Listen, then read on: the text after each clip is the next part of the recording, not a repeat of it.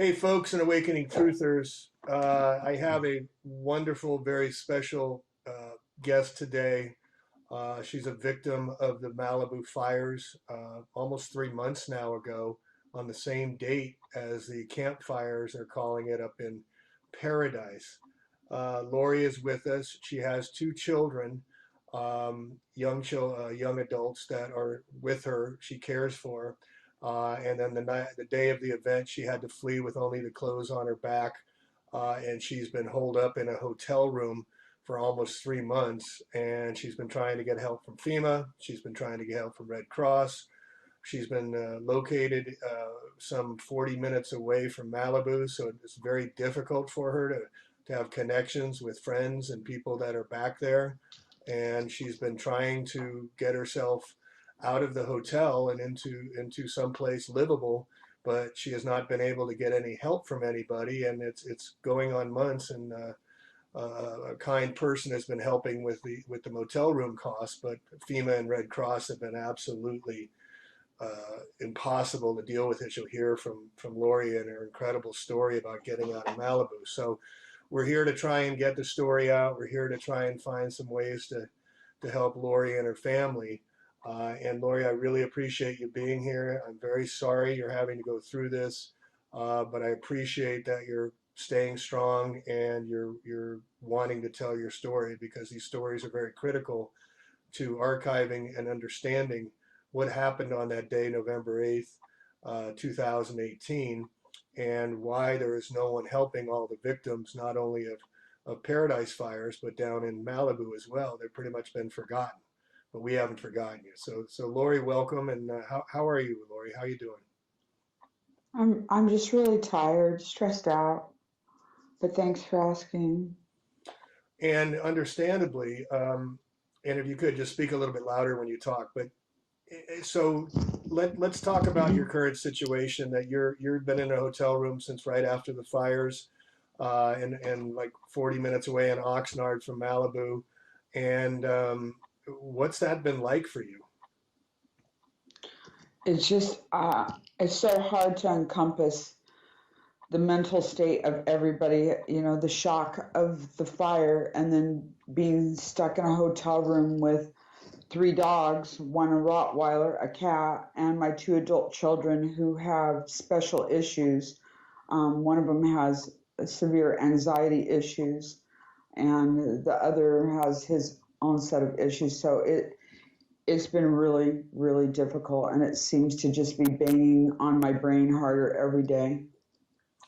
And you're in this hotel room, and you've been going daily down to FEMA. You've been filling out forms to Red Cross, and as I understand, the same thing that's been happening up in Paradise, and also in parts of Santa Rosa during their fires, is going to apply for FEMA. The owners of the property, you were renting in this 3,000 plus square foot home in Malibu that you've been living with your family, but the owner of the property has claimed rights to it. And thus, what's happened up in Paradise is that the renters have no claim, and that they have no rights to any of the money or any of the claims for all their losses, and they're requiring you to prove that you were renting the property when all your records have been destroyed by the fire. So it makes it. I know you had to go to the Social Security office. You've had to go running around just to try and prove that you were living in the property and renting from this person who's claimed it from FEMA, and he gets the money and you get nothing, right? Yeah, I don't know if he's gotten any money at all. I know he applied, and I was denied on the basis that the owner had applied for help from the property. And so that just made me have to constantly fight with FEMA and fight for Red Cross. As a matter of fact, I just got notified again today. They want even more documentation, and I've submitted everything. I mean, I've been running around. I have a catalog, thick as the telephone book, of stuff that I've submitted, and I still have not been approved. And I've been able to prove that I live there, and they still have not done anything. And I'd like to get out there too that this California Strong group and some of the other organizations, there's there's no money going to the victims. I haven't heard of one that's going to the victims. The only thing that has come through at all was at the very beginning of the Boys and Girls Club and Malibu for a small amount that didn't even pay for food for very long. But there's no money to be seen from any of these organizations. I haven't seen it. Nobody I know has seen it. And right after the event, was there any help in getting you clothes or anything? And how did you get set up in the hotel room? Well, we fled, and originally we had, we have somebody still helping us with a card on the hotel room. Um, but we fled, and when we first fled, we went to Santa Barbara because it appeared that Point Magoo might get evacuated. So we went to Santa Barbara and then came back this way. And did you get some And clothes? You so got some clothes from somewhere? we've got some donated clothes. I don't have hardly anything. I'd go back and forth. I'd have to drive 40 miles back and forth to the places in Malibu that were doing clothes donations. And I mostly made sure that my kids had some stuff because it's like, what do you call it, Black Friday in there with all the people trying to get stuff. Right. And we people that are listening here have been generous in donating to the victims of the Paradise fires, and also we've helped you somewhat. But you were telling me like we sent some money. I think it's been a couple $1,000 so far, and you've wanted to get some underwear and some socks, but unfortunately you've had to pay off your credit card debt that's been maximized because you're having to go out for food all the time because there's no kitchen to cook in, and you love to cook, and you're spending, what'd you tell me, $100 a day on eating out. Um, Yes, and what we used to spend of about $1,300 a month between eating at home and eating it out has now expanded to between $3,000 and $4,000 a month because we have three people with 3 meals a day, eating out. So it's just unbelievable how much everything is adding up to. and then you add on the dog And I food, and then your cell phones cost and everything else, and that you don't, your job is lost, and you're just it's really hard to get back on your feet, right? Yeah, it seems like the impossible right now. No, we're going to make it happen. There's people out there are going to help, and we're going to help you. So, Lori, let's go back to the date, November 8th. The fire started at 2 p.m., the Woolsey fire, and then went over the hills towards Malibu. And when we last talked, you were talking about, um, well, just take us through the event, like you told me about having to, how fast the fire was moving and how quickly you had to evacuate.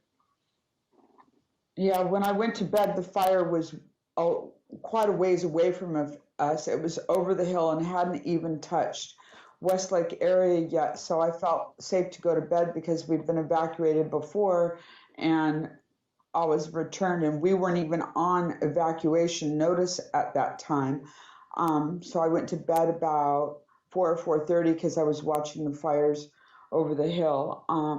It had to have been about a couple, 2.5 hours later, maybe. My son ran in my bedroom and started screaming, "Everybody get up and get out of the house right now." And my daughter's um, old boyfriend had evacuated to our house because he lived over the hill. And so he had evacuated down to our house the night before. So I asked him to go out and look, and he ran back in and said, "Get out. We got to get out right now," because we were at the bottom of a bowl that we could have been trapped and not had any way out. And the fire was already at the edge coming down our hill. And this is in Malibu? Yes. And how long have you lived in Malibu? 17 years. Wow.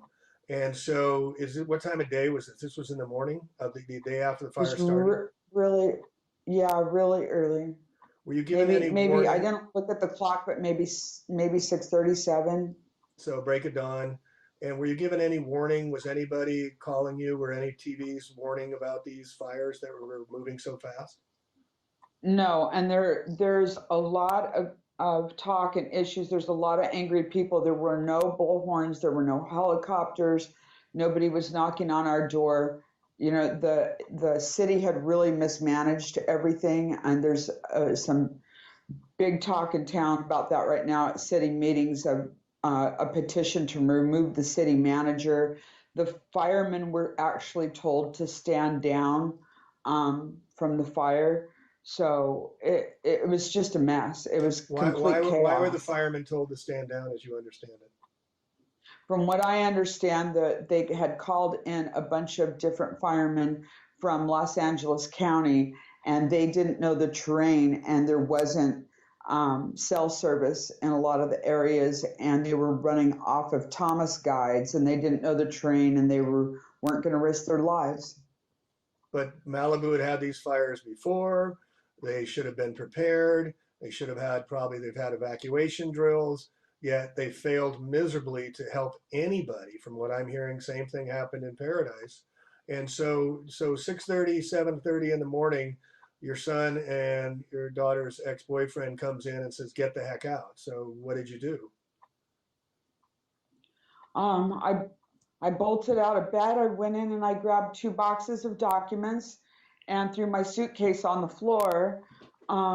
I started the power went out. So then I was just grabbing blindly to put stuff into my suitcase. I grabbed that, one of the kids' portraits, my laptop, and we ran out the door. We had no time. The fire was right there. The smoke was already coming down and the fire was coming down the hill.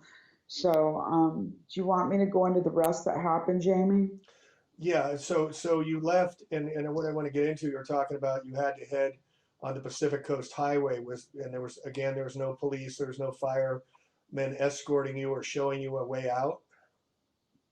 No, there was nothing. There was not one fire truck in western Malibu West that day. And our terrain is really easy in Malibu West, and there was not one fire truck in Malibu West that day. So they had a full day's notice that the hills were on fire. The Woolsey fires are moving from east to west, moving super fast to Malibu, and there was no firemen or police to help direct you. So you were describing that driving, you all got in your own cars and started driving.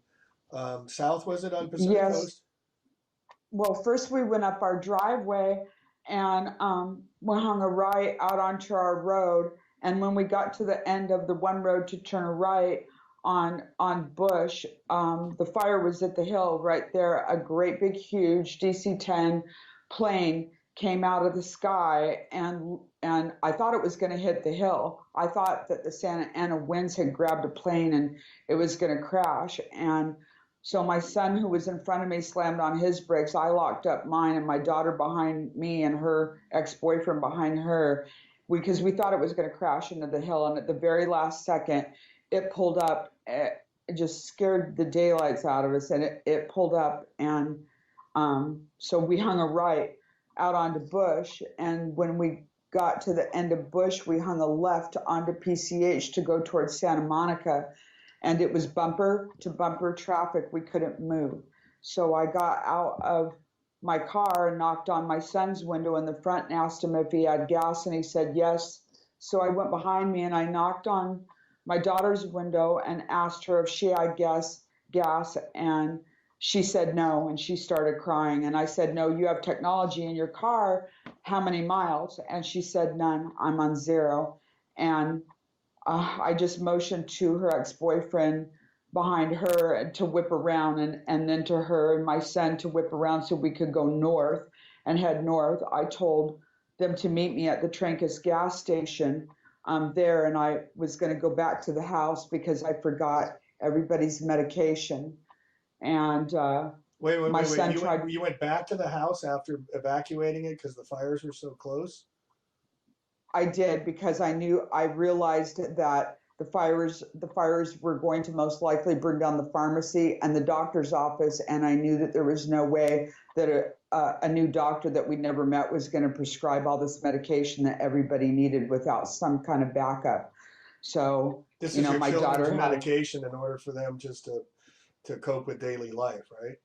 yes, and my daughter's a medication that if she doesn't take it, she could go into seizures. So I took I took that risk, and You put your life my at son risk and taught. you had to tell your children, I'm going back to the house. What did they say? My son tried to stop me. He tried to block me, and he gave me a look like he was never going to see me again. And I told him that his sister was out of gas, and I said to go to the gas station. I'd meet him there.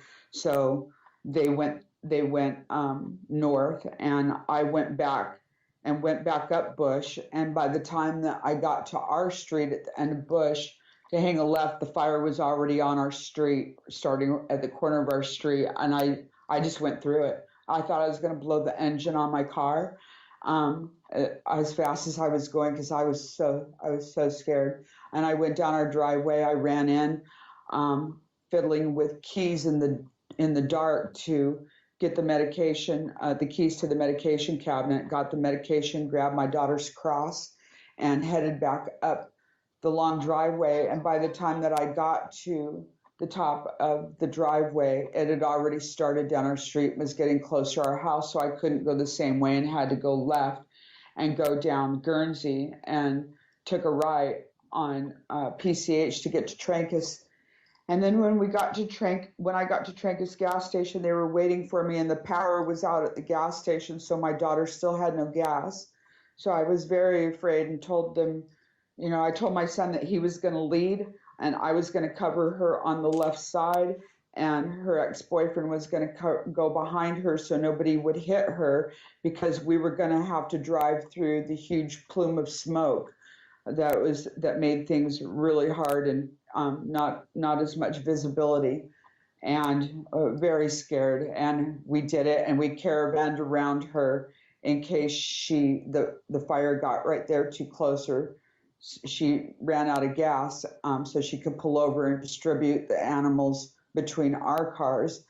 And so we headed out and couldn't see much. The smoke finally broke when we got to this place called Lover's Leap, on PCH, and everybody was just looking at everybody in the cars then like they couldn't believe what happened. They couldn't believe it. So we were texting and pulled into a gas station that was in Port Hueneme and got out of the car, and my daughter threw up, and I went into the restroom and just lost my bowels, and it was just horrible. It was so scary. It was so horrific. It, I'm so sorry. it was just a nightmare. And one of the things I just want to keep emphasizing to everybody listening: keep your gas tanks full. I've heard it in Santa Rosa. It happened to me. I've heard it in Paradise. It happened to them. People died sitting at the gas stations because they did not have gasoline, folks.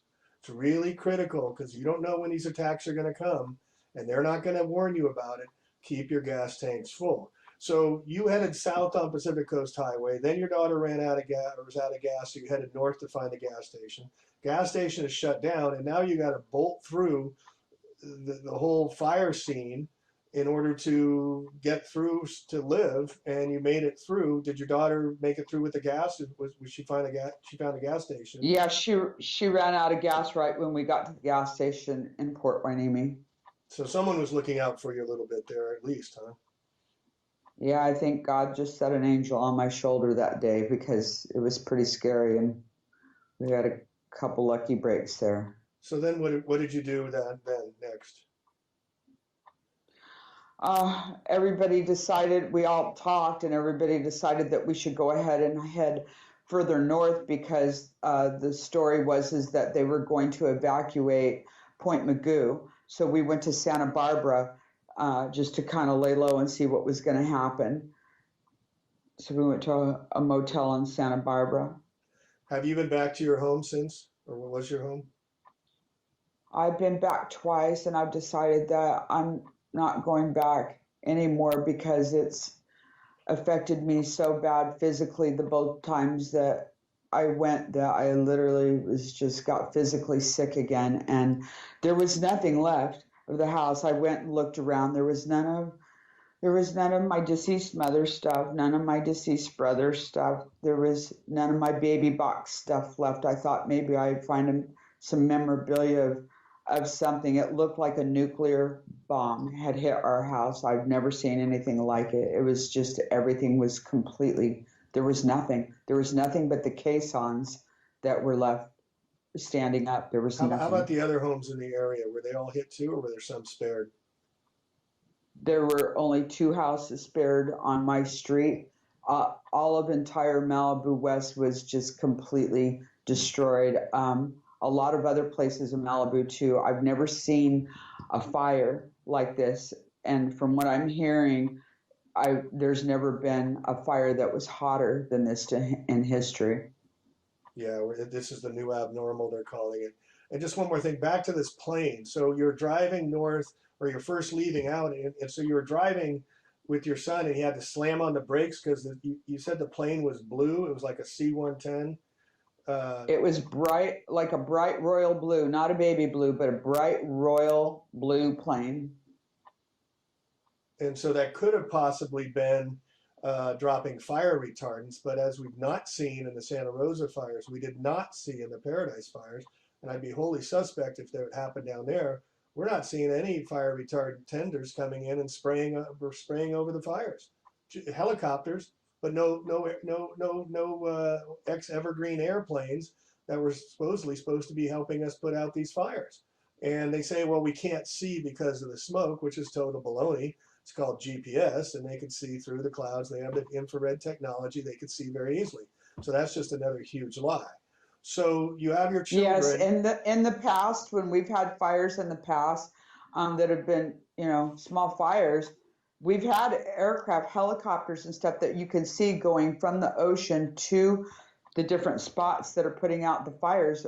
Everybody's complaining about that right now, too. Is where were all the aircraft? Where were the helicopters? You know, where were everybody?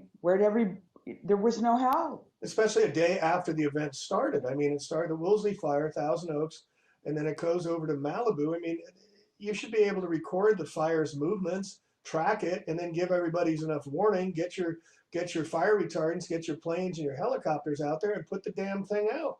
And there was none of that. It was in my book. What we're seeing is total stand down by Cal Fire, by the agencies that are Yeah, supposed to protect the us. fire department was told to stand down. How do you know that?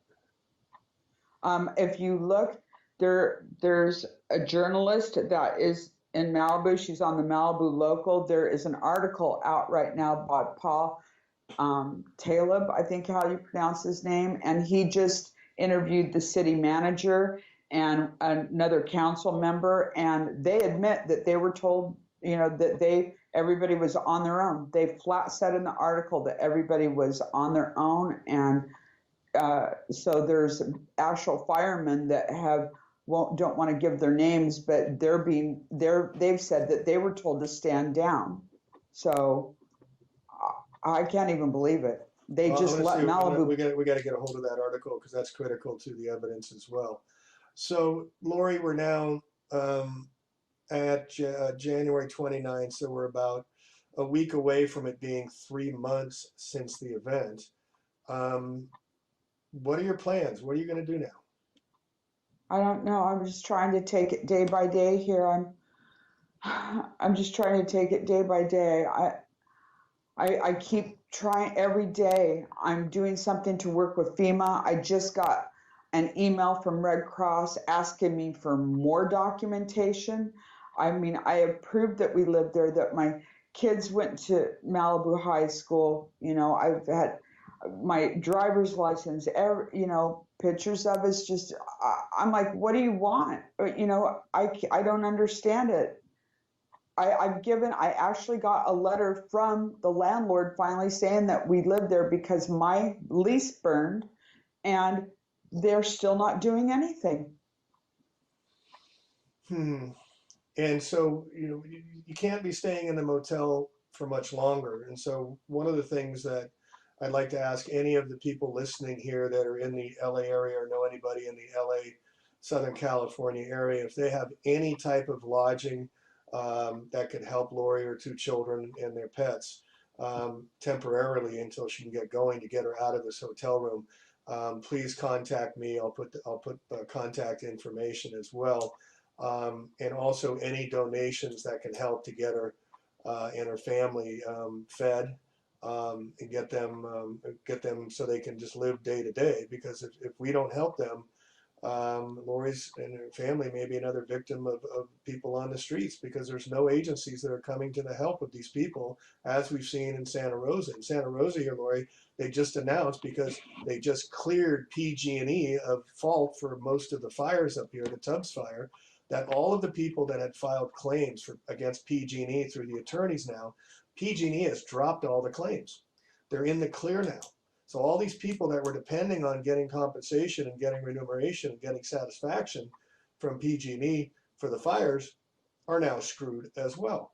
And this is what I keep trying to tell people is you're on your own. There's nobody here to help us, folks. This is a takeover of the lands. And unfortunately, there's many, many more victims, and it could be any one of us next. And, you know, from one day you're living your life and been down there for what 16, 17 years, and now you're almost 3 months in a motel room still trying to figure out what the heck happened and what you're going to do, and there's just no assistance. And it's just up to us folks that are listening to come to help these people and whatnot. So what else can people do? Do you need clothes? Would it be helpful to get cards to retail stores so you can get some clothes? What can people do to help you, Lori? Anything at all right now would help. And I know that you asked people for lodging, for a place to stay. I think I should disclose that we do have 3 dogs and a cat, and one of them is a Rottweiler.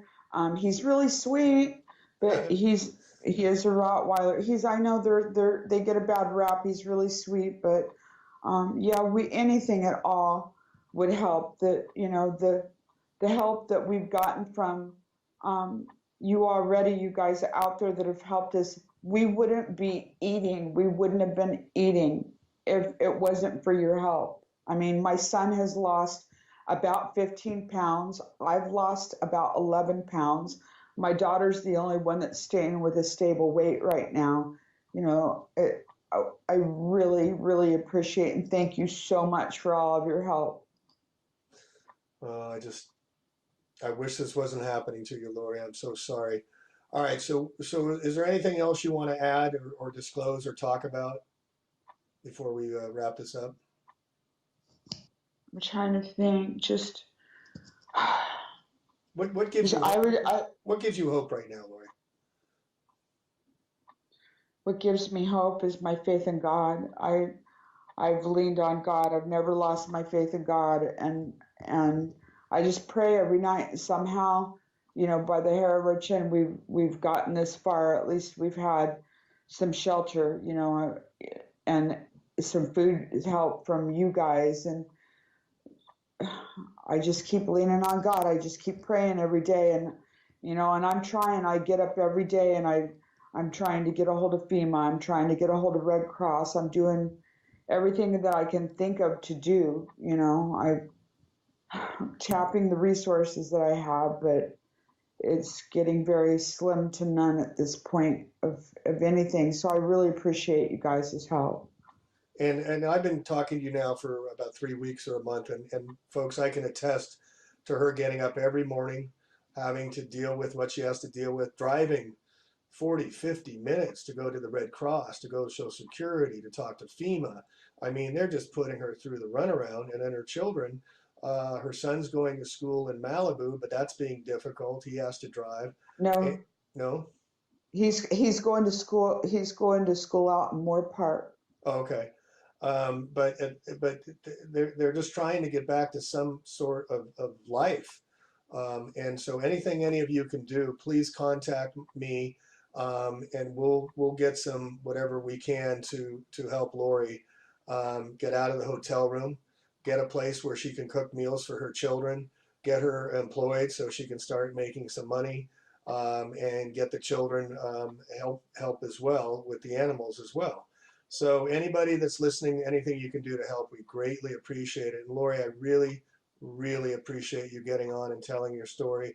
I know it's been very, very difficult, and difficult for you to have to relive the whole scenario, but it's very helpful for all of us to understand um, what has happened and what is happening and what is going to continue to happen, unless we all just start speaking out and helping one another. So anything any of you listeners can do to help, please just contact me through the donations, and we'll make sure that Yeah, Lori gets help. my kids and I haven't had a home cooked meal in almost 3 months. Well, we'll see if we can make that happen sooner than later. That's a good challenge to get started on, and just one day at a time, and just know you're not alone. We're not going to abandon you, and I'm sure after this there'll be a lot of my peeps will be coming through to help you, and contact you, and hopefully some people in the LA area can help you find some suitable living quarters for you and your children until you can find your own place. But also, just one more thing, so people understand, as you and I have been talking, you've been out looking for places to rent, and because everybody's had to flee, the prices, just like up here in Santa Rosa and just like up in Chico, the rental prices have been going through the roof, and availability, Airbnb has been, they've been gouging. It's the same thing they did up here. Yeah, they're gouging places that used to be like 25, 22, $2,500 a month, are gouging up to 55 and $6,500 a month. People are asking anywhere from between 15 and $30,000 for a deposit. It's just we've got a guy in Malibu named Mikey Pearson that says that we can report it, but it's really hard to prove that they gouged because of this and they didn't just decide to raise their rent. It's and so on. It's like it just goes up and up and up in prices. It's unbelievable. People It's are so low. taking advantage of this situation instead of helping. People are taking advantage of this situation. Well, we're going to take advantage of to be able to communicate to all around the world on the internet through this medium we have here. And please, folks, anything you can do to help. I know you've already been extremely generous to date with helping the people in Paradise and helping the people in Santa Rosa and helping the people when I went to Hurricane Harvey in Houston to help them as well. And I'm just asking you, please, to please help Lori and her children and her pets. They could really, really use your assistance right now. And again, Lori, thank you. Stay strong. We'll be here to support you. You're not alone. And then will you do an update here in another week or so we can find out how you're doing and keep in touch? You bet. You sure. And thank you guys again so much. Thank you so much. Bottom of my heart. Thank you, Lori.